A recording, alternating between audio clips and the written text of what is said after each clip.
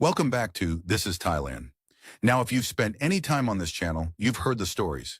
The men who fell for a bar girl in Pattaya and wired their savings to a sick buffalo that didn't exist.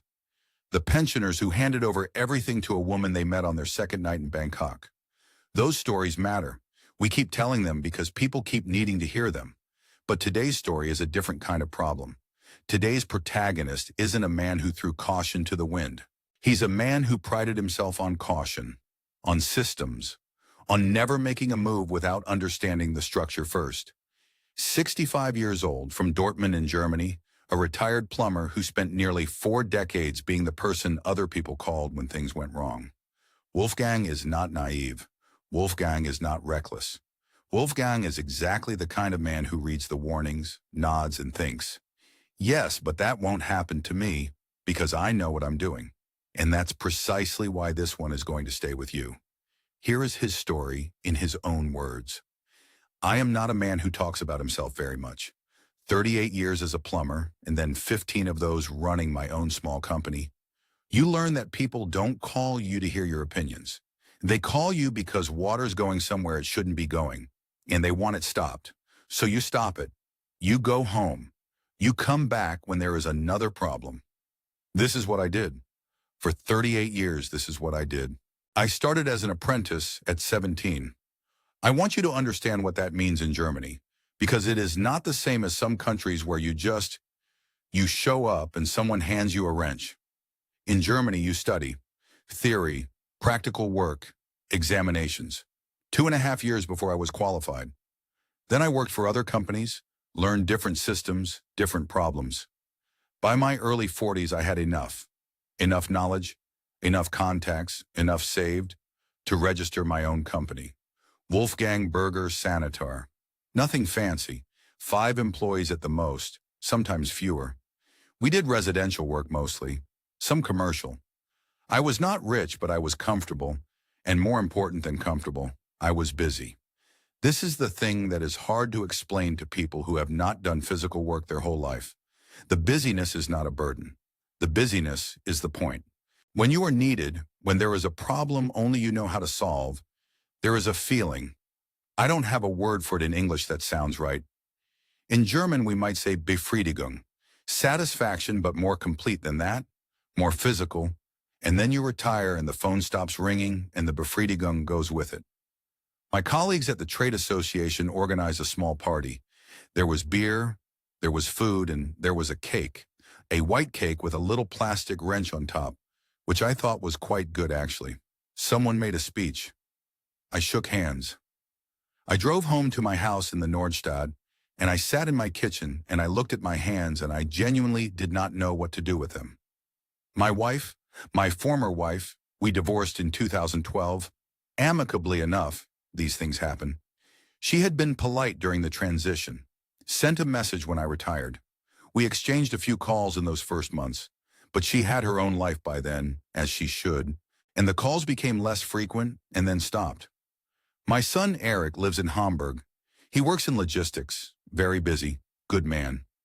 We speak, but not often. He has a young family. He does not need his retired father calling on a Tuesday afternoon with nothing particular to say. The house I had bought in 1998, a narrow terraced house, 3 bedrooms, good bones, but always something needing attention, which suited me for a long time. But after I retired, I started to notice it differently. Rooms I didn't go into, square meters that served no function. My neighbor, Mrs. Hoffman, knocked one morning to borrow something, and we stood at the door talking for perhaps 20 minutes, and afterward I realized it was the longest conversation I'd had with another person in 4 days. I put the house on the market in February 2023. It sold in 5 weeks. After the agent's fees and a few costs, I had 158,000 euros in my account. And I want to say something about this number because it is important for what comes later. This was more money than I had ever had in one place in my life. I had always managed money carefully. The business, the mortgage payments, the divorce settlement, all of it handled correctly, no debt, no crisis. But carefully managed is not the same as wealthy. I had never felt wealthy. With 158,000 euros sitting in my account and no mortgage and no employees and no property and no obligations. For the first time in my life, I felt like a man with options. I did not know what to do with that feeling either. Now there is a man named Horst who I know from the bowling club. Horst is not a close friend. We bowl, we have a beer, we talk about the usual things. But Horst had spent 2 winters in Phuket. He showed me photographs on his phone one evening in early March. The sea. A market with about 40 different types of fruit I couldn't name. A plate of food that cost, he said, less than €2. He said you can live well for very little if you know where to go. He said the weather was warm and the people were friendly and the pace was different. I had not taken a real holiday in. I calculated it afterward. 11 years. The business always needed something. There was always a reason to stay. I had been to Mallorca once with my ex-wife many years ago. I had been to Vienna for a trade conference. I was not a man who traveled. 2 weeks after the conversation with Horst, I booked a flight to Phuket. I want to be precise about this because I have thought about it many times since. I did not book the flight because of careful research or a considered plan. I booked it because I was sitting at my kitchen table on a Saturday morning with nothing to fix and €158,000 and 64 years of knowing exactly what to do. And for the first time in my life, I did not think carefully. I just booked it. I told myself I would stay 6 weeks. I told Eric. He said, "Good, Papa. Enjoy yourself." He sounded mildly surprised, which was fair. I am telling you this because that moment, the Saturday morning, the booking, the not thinking carefully, that is where the story actually starts. Not in Thailand. Before Thailand. In a kitchen in Dortmund, where a man who had spent his whole working life being the most reliable person in every room suddenly found himself with no room left to be reliable in. I have had a lot of time since then to think about what I was when I got on that plane, and I think I was hollow. I don't mean sad exactly. I mean empty in the specific way that happens when the thing that gave you structure for 40 years is simply gone, and you haven't worked out yet what you are without it. I am telling you this not for sympathy. I am telling you this because that hollowness, that particular feeling of being a competent man with nowhere to put his competence, I think it is the real beginning of everything that happened next. Everything else followed from that. I flew into Suvarnabhumi first, a connection, and then south to Phuket. I had a hotel booked in Patong for the first 2 weeks because Horst had stayed in Patong and said it was convenient. Horst was wrong, or at least wrong for me. I will try to describe Patong accurately. It is loud in a very specific way. Not the loud of a city going about its business, but the loud of a place that has decided noise is the product it is selling. Bangla Road at 9 in the evening is neon and bass, and men standing in doorways calling to you. And women in very little clothing, smiling in a way that is professional rather than personal. And other men, Farang, tourists, older mostly, walking slowly as if they are considering a purchase they are not quite ready to make. I understood immediately what was for sale. I am not naive about this. I had read enough before arriving to know what Phuket's nightlife was built on. But it was not only that, it was also just loud. Hot and loud and aimed at something I am not. I am a man who likes to understand a system and then operate within it quietly. Patong is not a quiet system. I moved to Rawai after 10 days. If you don't know Phuket, Rawai is in the south of the island. Much less tourist infrastructure. A seafood market on the waterfront where the boats come in. Actual Thai people living actual Thai lives, which sounds obvious, but after Patong, it felt significant. I found an apartment, 18,000 baht a month, about €470, which seemed extremely reasonable, on a small sawai behind the main road. 2 rooms, a proper kitchen, a balcony where I could have coffee in the morning and watch the motorbikes go past and listen to the roosters, which woke me at 5 every day without fail. I bought earplugs. Then I stopped bothering and just started waking at 5. I learned the song Theus. These are the pickup trucks with benches in the back that run fixed routes for a few baht. 10, 20, depending on distance. The system is not complicated once you watch it for a few days. I worked out which ones went to the market at Shillong, which went toward Kata if I wanted a beach, which went into Phuket town if I needed something from a proper shop. I was systematic about it. made a small list in my notebook. The notebook was a habit from the business. I always had one in my chest pocket for measurements, for parts lists. Old habit. I cooked for myself most nights, which the kitchen made possible and which I preferred. I found a fresh market near the Wat, near my apartment, where I could buy vegetables and fish cheaply. I didn't speak Thai, and still don't. Hanam, not properly, but you don't need language for a market. You point, you look at the number on the calculator they show you, you pay. Functional. I want to be honest about something. I watched the expat scene from a distance during those first weeks, and I was, I think, a little contemptuous. You see them in the beach bars around Rawai in the afternoons. The men who've been here 5 years, 10 years, who know all the staff by name and sit in the same seat every day with a Chang or a Leo and talk about visa runs and exchange rates and which bars have closed since last year. I observed them and thought, that is not what I am here to do. I am not here to sit and drink and talk about Thailand. I am here to, and this is where my thinking stopped, because I could not actually complete that sentence. I was there. I did not know what I was there to do. I had not been a tourist in so long that I had forgotten if I ever knew what tourists were for. So I did practical things. I walked. I took the Song Thao to Phuket town and spent a morning looking at the Sino-Portuguese buildings in the old quarter, which are genuinely interesting from an architectural standpoint. The way the shophouse fronts were built, the materials, the age of them. I visited Wat Chalong one Tuesday morning when there were few tourists and watched an old man make offerings at the main shrine and tried to understand what I was looking at. I ate cow pad with a fried egg at a plastic table outside a shop near the temple for 60 baht, less than €2. I took a photograph of the receipt to send to Horst. I extended my stay at the end of the first 6 weeks without much deliberation. I called my travel insurance company to ask about extending the coverage period. I told Eric I was staying another month. He said, "Still good, Papa?" I said yes. He said, "Good." We spoke for perhaps 4 minutes. And then the second 6 weeks became a question of whether to stay past that, and I realized somewhere in week 10 or 11 that I had stopped thinking about Germany very much. Not with relief or drama. The daily texture of being in Dortmund had faded, the way a dream fades by mid-morning. Dortmund was there if I thought about it. I just didn't think about it often.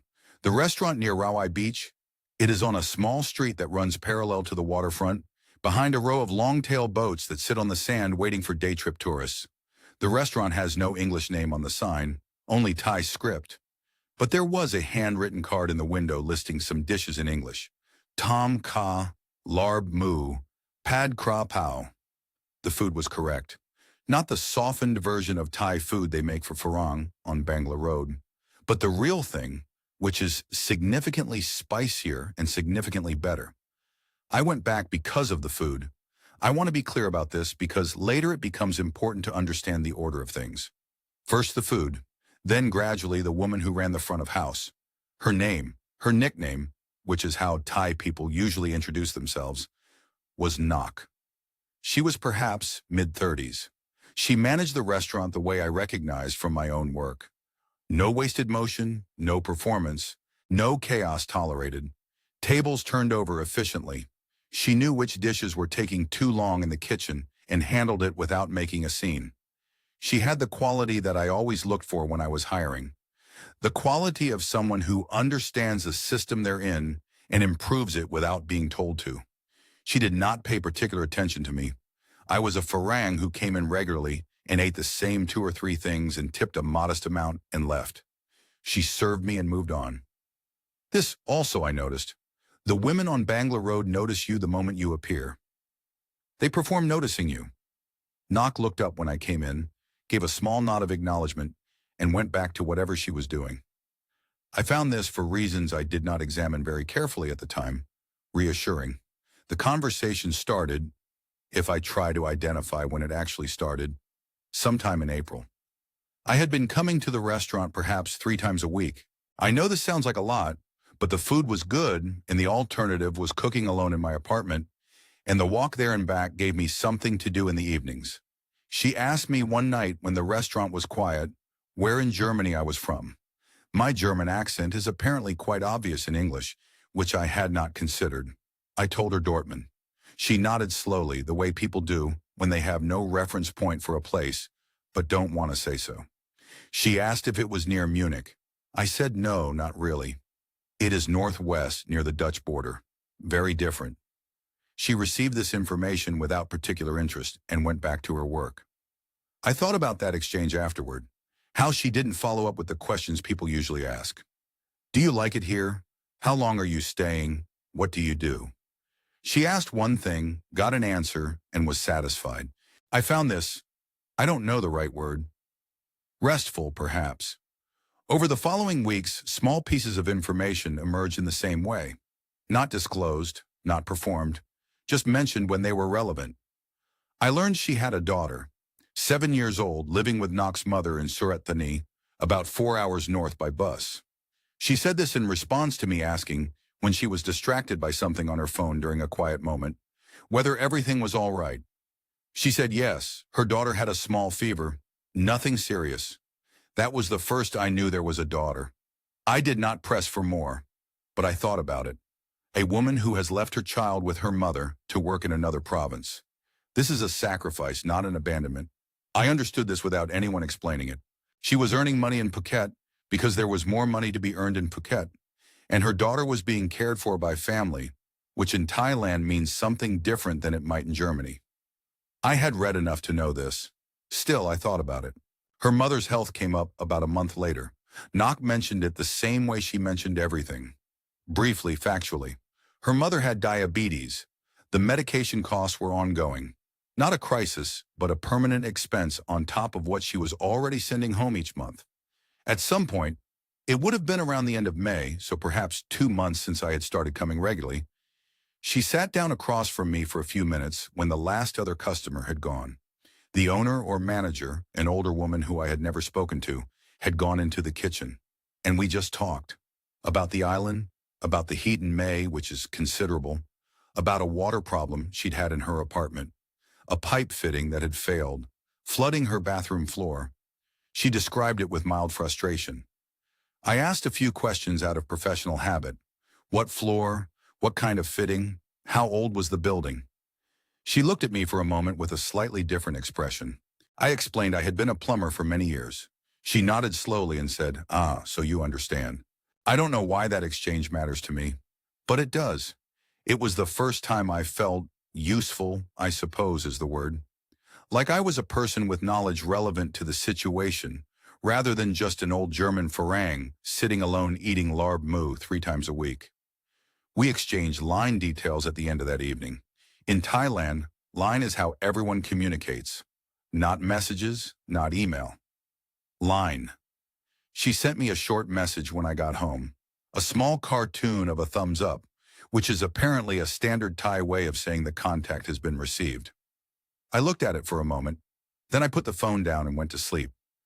I want to say something carefully here, because I think it is important for you to understand the situation accurately. I was not falling in love in the way people mean when they say that. I was 64 years old. I am not a sentimental man. What I was experiencing was something more basic than love. Nok was the first person in Phuket, and perhaps the first person in several months, who spoke to me as if I were a specific individual rather than a category. Not a farang with money, not a retired European to be processed through a transaction, just a man who knew something about pipes. The motorbike loan came up about 3 weeks after we exchanged line details. Not in person. She sent a message explaining that she was having difficulty making the monthly payment that week because of the money she'd sent home for her mother's medication. The loan was on a Honda PCX she used to get to work. The monthly payment was 5,500 baht, roughly 140 euros. She was not asking me for it. She was explaining a situation the way she explained all situations, directly, without decoration.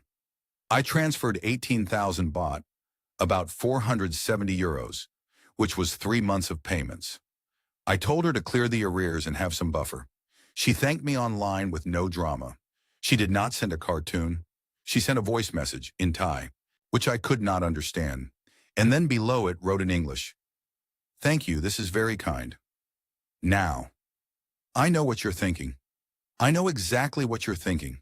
And I thought it too, briefly, before I reasoned my way past it. What I told myself was this. I had looked at the numbers. My German state pension was coming through each month, approximately 1,450 euros, because I had contributed for many years through the business. I had my savings sitting in my German account.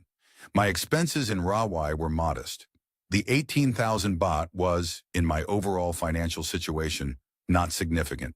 And Nok was not a bar girl asking for money in exchange for companionship. She was a woman with a real job and a sick mother and a loan payment she couldn't make that week. These are not the same situations. I had read the warnings. I knew the stories. I had watched the men at the beach bars in Rawai talk about women who had taken everything. I told myself, I can see the difference between this and that. The medical contributions followed over the next several weeks. Never a large sum at once. Once it was 8,000 baht for a prescription. Once 7,500 for a clinic appointment. Once a smaller amount, I don't remember exactly. She showed me the receipts without me asking. Real receipts from Bangkok Hospital Phuket's branch, with itemized charges, dates, her mother's name. I looked at them properly with the same attention I used to give to supplier invoices. The documents were correct. The amounts matched what I knew: diabetes medications and monitoring to cost. I had looked it up. In total, across those months, I paid perhaps 22,000 baht toward her mother's medical costs, around 570 euros. Combined with the motorbike loan, I had contributed about 40,000 baht in total, roughly 1,040 euros, over 3 to 4 months. I kept a record in my notebook. This is the part one wants you to hold on to. Not because the amounts were large, they were not, but because of what I told myself each time. I am not being foolish, I am being careful. I have verified the documents. I know the difference between this and that. I think about that now. The confidence of it. A practiced operator, someone who knew what they were doing, would of course have genuine documents. Of course the receipts would be real. The mother's diabetes was probably real too. I still believe it was. That is the thing about a well-constructed situation. The first layers are almost always true. It's only the deeper structure that is not. But I didn't know that yet. In May and June of 2023, I knew only that I had a woman in my life who was competent and straightforward and who had shown me hospital receipts without being asked. In my professional experience, people who show you documentation without being asked are usually people with nothing to hide. That was my measure of trustworthiness. Documents produced without defensiveness. It would serve me very badly later. Nok invited me to a family lunch in early July. I want to describe this correctly because the way it happened matters. She did not present it as anything significant. She sent a line message on a Thursday saying her cousin and some family were eating together on Sunday near Shillong, and did I want to come? Not, would you like to meet my family? Just, people are eating. Do you want to be there? I said yes. It was held at a house off the main road between Shillong and Rawai, a concrete shop house with a large covered area behind it where several plastic tables had been pushed together. There was a spirit house at the entrance, freshly garlanded with jasmine, a dog asleep under one of the tables, an elderly woman I was introduced to as Nok's aunt, who gave me a very correct way and then largely ignored me, which I found comfortable. There was som tam and a whole grilled fish, and a pork dish I didn't know the name of that was very good, and several Chong beers sweating in the heat. The conversation was mostly in Thai. Nok translated occasionally when something seemed to require it, but mostly I sat and ate and watched and was not the center of attention. This also suited me. Somchai was there. Nok introduced him as her cousin on her mother's side. About 45, stocky, a face that had spent considerable time in the sun. He had worked in construction and land development in Phuket for many years, Nok said. He spoke reasonable English. Better than he initially let on, I thought later, which is a thing I have turned over in my mind several times. We talked about construction in Germany versus Thailand, about materials, about the difference in approach. He was knowledgeable. He asked questions that were correct questions, the kind a person asks when they already understand the subject and are verifying that you do too. That was the lunch. I went home afterward and thought it had been a pleasant afternoon. The proposal did not come then. This is the part that one think is important to understand clearly, because in the version of this story that makes me simply naive, the pitch comes at the lunch and I fall for it immediately. That is not what happened. What happened was more gradual and more convincing, and the gradualness was itself part of the structure, though I did not see it as such at the time. Somchai sent me a line message the following week asking if I wanted to see the land near Chalong he was developing. Just to see it, he said. He thought I might find it interesting, given my background. I went with him one afternoon. The land was a corner plot about 10 minutes from Chalong Pier. Not large, perhaps 600 square meters, but well situated, with access from two sides and shade from some existing trees. Somchai walked me around it the way I would walk a client around a job site, pointing out the drainage, the orientation, the proximity to the main road without being on it. He was not selling me anything that day. He was showing me a site. The conversation about the guest house happened 2 weeks after that, at a coffee shop near the Big C in Chalong. Nok was there. I want to be precise about her role. She sat and drank her iced coffee and occasionally translated a word when Somchai's English found its limit. She did not promote the idea. She did not encourage me. She was present. The concept was modest. 6 rooms, simple construction, tile floors, basic Thai-style furniture, aimed at the budget end of the European tourist market. Germans, Dutch, Scandinavians, people who wanted somewhere clean and inexpensive near the sea. Somchai had the land, which was registered in his name. Thai law, as I already knew, prohibits foreigners from owning land outright. A company structure was the accepted solution. A Thai majority company with the land held corporately, in which a foreign national could hold up to 49%. Somchai would hold 51% through his Thai company shares. I would hold 49%. I had read about this structure. I had seen it discussed on forums for expats considering business in Thailand. It was presented there as the standard arrangement, the normal way foreigners participated in property-linked businesses. I had read that it had risks, that the Thai majority shareholder retained ultimate control. I had read this and noted it and filed it somewhere. And then, when it was explained to me in person by a man I had eaten lunch with and walked a building site with, I found I had weighted my own judgment more heavily than what I had read. This is not an excuse. It is an explanation. The investment figure Somchai proposed was 1.2 million baht. At the exchange rate that July, this was approximately 31,000 euros. My 49% stake would be registered in the company documents. I would be a named director. I would take responsibility for the European-facing aspects of the business, the booking systems, the communication with guests, the reviews management. These were things I could actually do, which also mattered to me. I was not simply writing a check. I was being asked to contribute something beyond money. I went home and spent 3 days doing what I considered to be thorough research. I checked the company registration database. A company in Somchai's name existed and was properly registered with the Thai Department of Business Development. I verified this myself on the DBD website.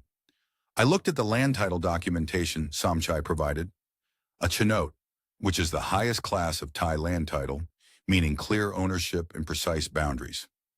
I visited the land registry office in Phuket town to confirm it was not subject to any liens or encumbrances. The clerk there was helpful. Everything checked out. I also looked up the relevant sections of the Foreign Business Act and the Land Code. I read forum posts from expats who had done similar arrangements. I made notes in my notebook in 2 columns, risks and mitigations. The risk column included Thai majority shareholder could theoretically override minority decisions. Company structure could be legally challenged as a foreign land ownership workaround. Dispute resolution would be through Thai courts. The mitigation column included company legitimately registered, land title verified, Somchai known through Nok's family, project small in scale. I did not consult a lawyer. I want to be clear that I knew this was the correct thing to do. I knew it while I was not doing it. I told myself that a lawyer would cost money and time and would likely confirm what I had already found. I told myself that the investment amount, while significant, was not catastrophic if things went wrong. I still had the majority of my savings intact. I told myself I had verified the documents myself as I would have verified any invoice or supplier contract. In my professional life, I had always been willing to call in a specialist when the problem was outside my training. Electrical issues, call the electrician. Structural questions, call the engineer. Thai business law and the enforceability of minority shareholding agreements in a foreign country where I had lived for 5 months. This was, I told myself, something I had researched adequately. It was the single worst decision I made in the entire sequence of events. Worse than the transfers that came later, because all the transfers that came later were downstream of this one moment where I chose not to spend perhaps 20 or 30,000 baht on a lawyer who would have told me exactly what I eventually paid to discover. I transferred 1.2 million baht, 31,000 euros, to the company account in September 2023. Somchai sent me the updated company documents showing my 49% stake. They looked correct because they were correct.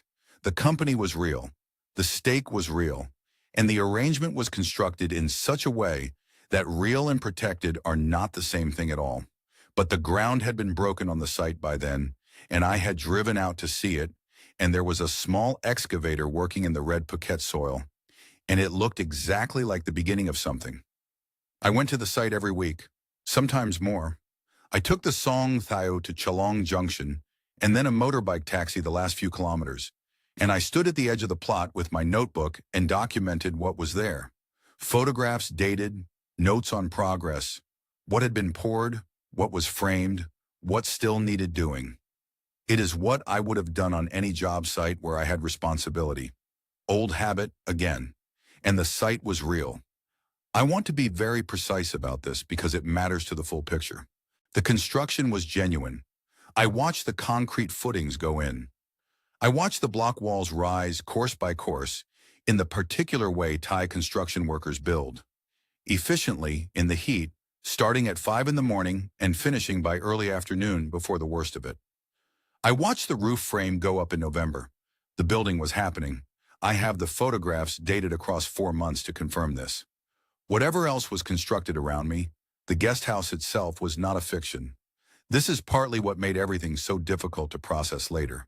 There was no moment where I arrived and found an empty field. The evidence of real work was always present. During this period and the last months of 2023, my relationship with Knox settled into something I found genuinely comfortable. I had moved to a better apartment in October, partly because my tourist visa situation had been resolved into a retirement non-O visa, which required 800,000 baht in a Thai bank account and confirmed my intention to stay longer term. I had opened the account, made the deposit from my savings, done the immigration paperwork at the office in Phuket town with a stack of documents and 2 hours of waiting. The system was not complicated. You follow the steps. I am good at following steps. Knox stayed at my apartment several nights each week. She did not move in. She maintained her own place near the restaurant, which she continued to work at. I think she was careful about this in a way I appreciated. She did not ask to be kept. She did not create a dependency. She arrived on Wednesday evenings reliably and sometimes on Saturday afternoons. And we ate together, and she watched things on her phone, and I read, and it was, by my accounting, the closest thing to ordinary life I had experienced since arriving. I am aware that this sounds like I am building a case for her. I am not trying to build a case. I am trying to describe what was true. The first overrun arrived in October, 6 weeks into the construction. Somchai called. We had moved from line messages to calls by this point, which I noted but did not think much about, and explained that the soil conditions in the foundation area had required additional reinforcement. The bearing capacity had tested lower than the initial survey suggested. He described this calmly, technically. He used words I recognized from my own experience of construction: load distribution, rebar specification, concrete grade. He was not vague about it. The additional cost was 380,000 baht. He said my proportional share, at 49%, would be approximately 186,000 baht. He asked if I could contribute the full 380,000 as a temporary measure, to be reconciled against the company accounts at the end of the project. I said no to the full amount, not aggressively. I am not an aggressive man, but directly. I said I was willing to contribute my proportional share, and that the reconciliation arrangement he was describing placed a disproportionate burden on the minority shareholder. He received this without argument. We discussed it. I offered 280,000 baht, which was above my proportional 49%, but below his request. He agreed. I was pleased with this. I wrote it in my notebook. First overrun, requested 380,000, agreed 280,000, negotiated down by 100,000. I thought of it as normal business pressure, the kind of thing you apply when a supplier comes in over quote. He had asked for more than was reasonable. I had pushed back. We had reached a middle point. This seemed correct. He provided receipts for the additional foundation work. They were on company letterhead with dates and quantities. I checked them against what I had seen on site. They were plausible. I filed them. A further 320,000 baht came in December for materials and a permit-related delay. Some issue with the Chalong Sub-District Office that Somchai described as routine but time-sensitive. A matter of keeping the construction authorization current through a period when the relevant official had been on leave. I was less comfortable with this one. Permit issues are the kind of thing that can be genuine and can also be the kind of thing people invent, because they have learned that a man who has already transferred 1.48 million baht is probably going to transfer a little more, rather than walk away from what he's already committed.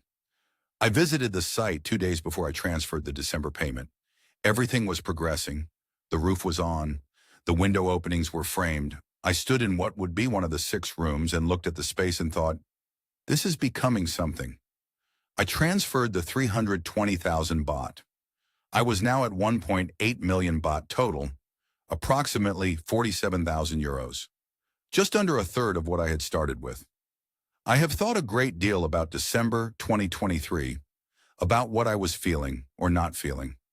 I had begun to sleep poorly by then, not every night, but regularly enough that I noticed it. I would wake at 2 or 3 in the morning and lie there running numbers, the pension coming in each month, the savings balance, the amounts already transferred, the projected completion date Somchai had given me, which was February, and then revised to March. But here's the honest thing. The sleeplessness was not alarm exactly. It was closer to the feeling I used to get before a large job, a complex commercial installation where the variables were many and the cost of error was high. A kind of alertness. I had not been properly alert to anything in over a year, and there was, underneath the wakefulness, something that was almost, I do not have a better word for it, almost satisfaction. A problem of sufficient scale that it required my full attention. I think that is the most uncomfortable thing to admit. That part of me was glad to have something real enough to worry about. In that same period, I noticed that Somchai had stopped providing the detailed receipts he had given me in October. The November materials payment came with a summary document rather than itemized invoices. I asked about this in January, sent him a line message requesting the underlying receipts. He replied within a day and provided some documentation. Not everything I asked for. Enough that I could tell myself I had asked and he had responded. I accepted it. I think about that moment sometimes. The message I sent, the response I accepted. I had in my own professional life never accepted partial documentation from a supplier. If a supplier sent me a summary sheet instead of itemized invoices, I would have returned it and asked again. I would not have accepted it. But Somchai was not a supplier. He was a partner. And somewhere in that distinction, my standards had softened in a way I did not register at the time. The January meeting was in the office Somchai kept above a hardware shop near Chalong Roundabout. A small room, 2 plastic chairs, a desk with a fan on it. Nok came with me. I had asked her to because my Thai remained limited and Somchai's English had a way of becoming less available when the subject was money. Somchai laid out the situation in the way he always laid out situations, calmly, technically, without apparent urgency. There was a structural issue with one of the interior walls. The engineer had identified a problem with the load-bearing specification.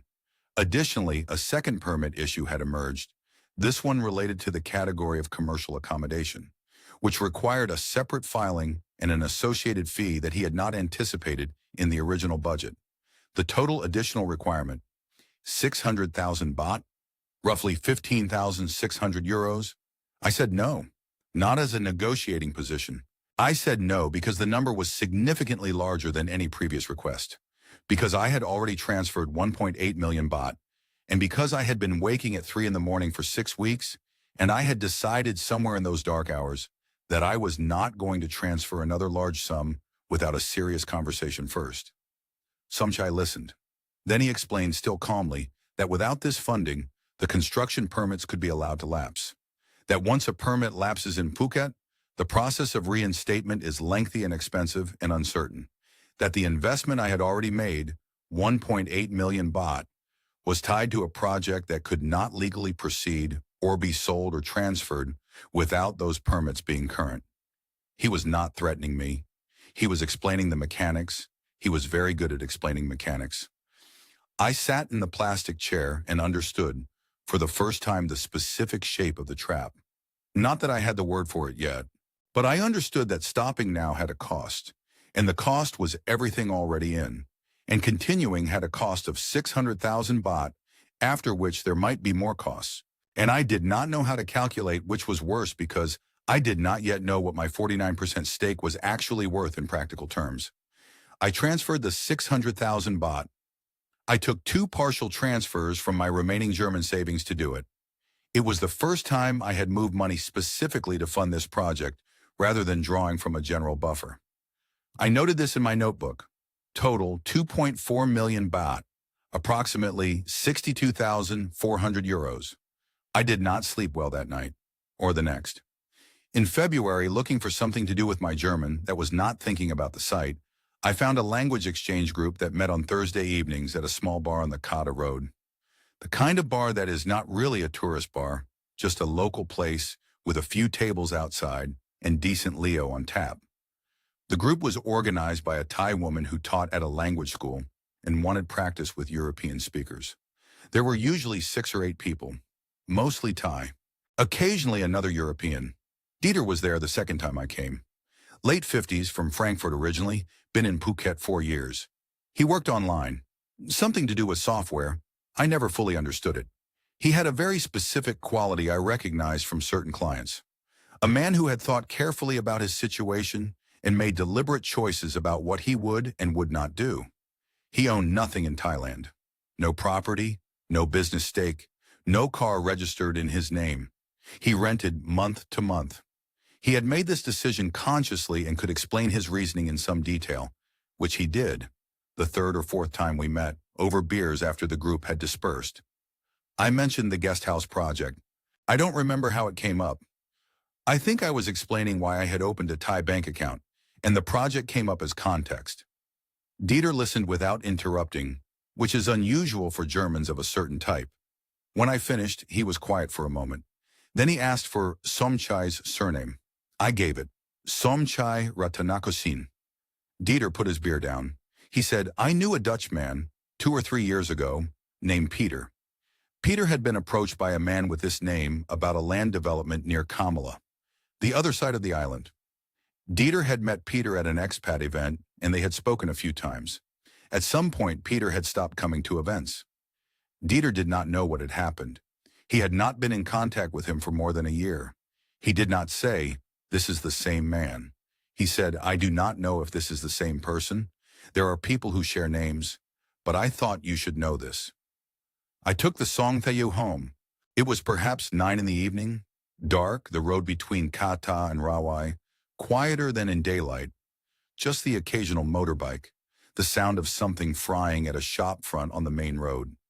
I sat at my kitchen table and opened my notebook to the first entry, September 2023, the initial transfer, and I worked forward through every entry to the current date, dates, amounts, stated purposes, documentation received or not received, 4 hours. I did not make coffee. I just sat and worked. I found the business card at the back of my wallet. The Thai lawyer, Mr. Somphong, whose details a man at the German consulate had pressed on me 8 months earlier during a brief conversation about retirement visa requirements. I had put the card in my wallet because he had seemed earnest about giving it, and it seemed impolite not to take it. I had not intended to call it. I sent an email that night, after midnight. He responded in the morning. We met in his office in Phuket town 4 days later. Mr. Somphong reviewed the company documents for 1 week. His assessment was delivered in a meeting that lasted 40 minutes and cost me 15,000 baht, about 390 euros. He confirmed that the company was legitimately registered. He confirmed that the land title was genuine. He confirmed that my 49% stake was real in the sense that it existed on paper. And then he explained, carefully and without drama, that the shareholders' agreement, the document that would have specified my rights as a minority holder, the conditions under which decisions could be made, the mechanisms for dispute resolution, the provisions protecting my stake in the event the majority shareholder chose to act against my interests, did not exist. The company structure gave Somchai, as the 51% majority, effective control over all company decisions. My stake entitled me to share in profits if profits were declared, and to participate in a liquidation if the company were wound up voluntarily. It did not give me meaningful ability to compel any particular outcome, to block decisions, or to recover my investment through Thai courts at a cost that made practical sense given the amounts involved. He said, "The structure is legal. It is also designed to leave you without recourse." A final line message from Somchai arrived that same week. 350, 0 baht for final fit-out. Furniture, plumbing fixtures, electrical fittings for the 6 rooms. He included a cheerful note about projected opening in May. I did not respond. I went to Nok's apartment on a Tuesday evening. She was cooking when I arrived. Something with lemongrass, the smell of it sharp in the small kitchen. I waited until she had finished and we had eaten, and the plates were cleared. Then I told her what Dieter had said about Peter. I told her what the lawyer had said about the structure. I said it the way I say most things, directly without preparation. She was quiet for a long time. Not the quiet of someone deciding what story to tell, or maybe it was. I cannot distinguish between the two, and I have accepted that I cannot. She said, "I did not know about Peter." She said, "I would not have introduced you if I had known Somchai had done this before." She said, "I am sorry." She began to cry, quietly without covering her face. I watched her and did not know what I was watching. I still don't. The crying could have been genuine. The introduction could have been innocent. She could have been used as the mechanism for the approach without her full knowledge of what she was participating in. Or she could have known everything from the beginning and been very good at this for a long time. She may be telling the truth. The doubt is the part one cannot fix. I left Phuket in April 2024. I did not make a scene. One am not a man who makes scenes. I packed my things over 3 days. The notebook, the clothes, the small coffee pot I had bought at the market in Rawai, a ceramic bowl one had bought from a shop in Phuket town, and which had no practical reason to come home with me, but which I packed anyway. I settled my apartment. I sent a message to Dieter thanking him for telling me what he knew. He replied, "I wish it had been different." I said, "Yes, that was the extent of it." I said goodbye to Nok in person. She was working the afternoon shift at the restaurant. I came at 3 o'clock, between lunch and dinner, when the place was quiet. We sat at a table outside. The long-tail boats were on the beach behind us. There was no dramatic conversation. I told her I was going home. She said she understood. We sat for a while. I paid for 2 Thai iced teas we had ordered and did not particularly want. Then I stood up and said goodbye, and she gave me a very small Y, and I walked back toward the main road. She has sent me 3 line messages since. Brief. Checking that I arrived home safely. Asking once how I was, I replied to each one. I have not blocked her. I am aware that this says something about the ambiguity I am still carrying around. I have not decided what it says. I am in Bochum now. I rent a flat in a building near the Hauptbahnhof. 2 rooms, which is sufficient, on the 3rd floor, with a view of a street I have no particular connection to. It costs 780 euros a month. This is the arithmetic of my situation. I had 158,000 euros when I arrived in Phuket in February 2023. I have approximately 40,000 euros now. The difference is in a guest house near Shillong that I cannot claim in any way that is worth what claiming it would cost. The guest house is finished. I know this because Somchai's company has a Facebook page which was set up in March of this year and shows photographs of 6 clean rooms with tile floors and basic Thai-style furniture and a small common area with a ceiling fan. The photographs are competent. The place looks exactly as he described it would look in that coffee shop near the Big C 18 months ago. It received its first review in April. 3 stars, German tourists commented that the air conditioning was noisy. I looked at this for a while and did not know what to feel exactly. Something, but not the clean anger that would be simpler to carry. I want to be precise about what I lost beyond the money, because people watching this will understand that money is not the only thing. Not contributed approximately 120,000 baht of what I transferred. The motorbike, the medical costs, smaller amounts across the relationship. The rest went to Somchai and to the structure he had built. Whether she was a component of that structure with full knowledge, or a woman I met genuinely and who introduced me to her cousin without understanding what her cousin did. I do not know. My lawyer said he could not determine this and that it would not change the legal outcome in any case. I do not say she deceived me. I do not say she was innocent.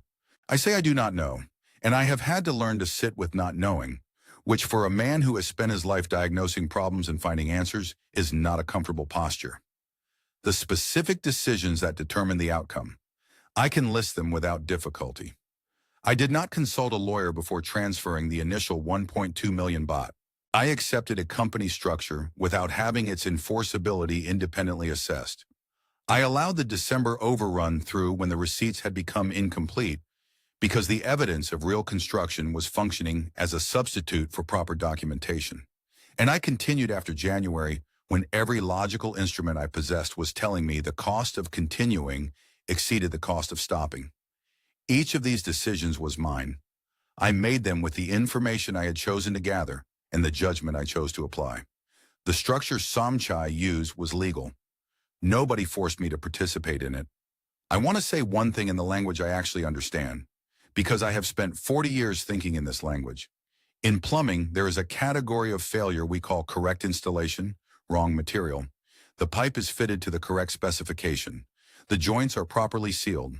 The pressure rating appears adequate, and it fails. Not because someone made an error in the installation, but because the pipe itself was manufactured from material that cannot sustain the conditions it was placed in. The failure is not visible during inspection. It is only visible afterward, when the system is under load. The company structure was a correct installation. Every document was properly executed. The company was legitimately registered. The land title was genuine. The stake was real. And it failed when placed under the condition of a dispute because the material, the shareholders' agreement that would have made the stake enforceable, was not there. I did not inspect for that material. I thought I had inspected sufficiently. Legal does not mean protected.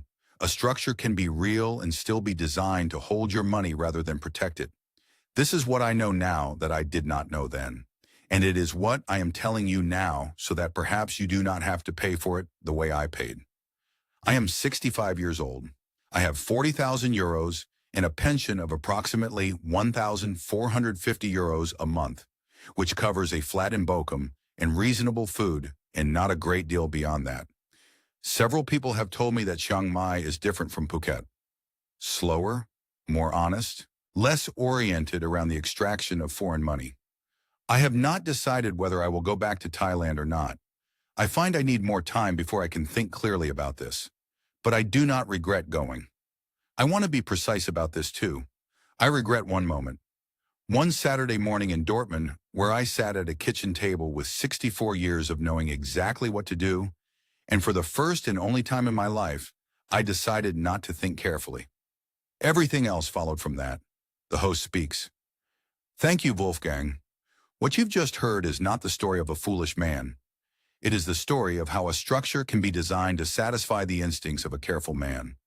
To present documents when documents are requested, to show genuine work when genuine work is expected, to move slowly and organically when a cautious man would recognize a rushed approach for what it is. The company was real. The land is real. The guest house exists today, And if you search for it, you would find photographs of 6 clean rooms with tiled floors and a ceiling fan. Wolfgang's money built it. He owns none of it in any way he can practically enforce.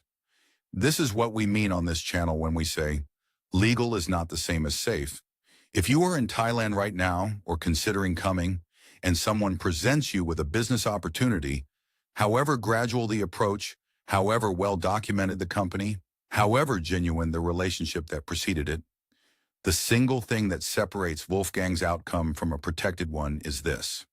A lawyer who works for you alone, consulted before you transfer a single baht, reviewing the specific enforceability of your position as a minority shareholder in that specific structure. Not a lawyer recommended by the partner. Your lawyer. A shareholders agreement with provisions for dispute resolution and minority protection. An independent assessment of what your stake actually means when it is under stress, not when everything is going well. These things cost money. Mr. Somphong's assessment cost Wolfgang 15,000 baht. That is the most expensive 15,000 baht he ever chose not to spend, and the cheapest lesson he could have bought. Thailand is a genuinely extraordinary place. People build real lives here, relationships that are honest, businesses that succeed, retirements that are everything they were meant to be. Not every story ends the way this one did, but this one did, and Wolfgang agreed to tell it here, so that someone watching tonight might make a different choice than he made on a Saturday morning in Dortmund, when a man with everything to protect decided just once not to think carefully enough. This is Thailand. We'll see you in the next one.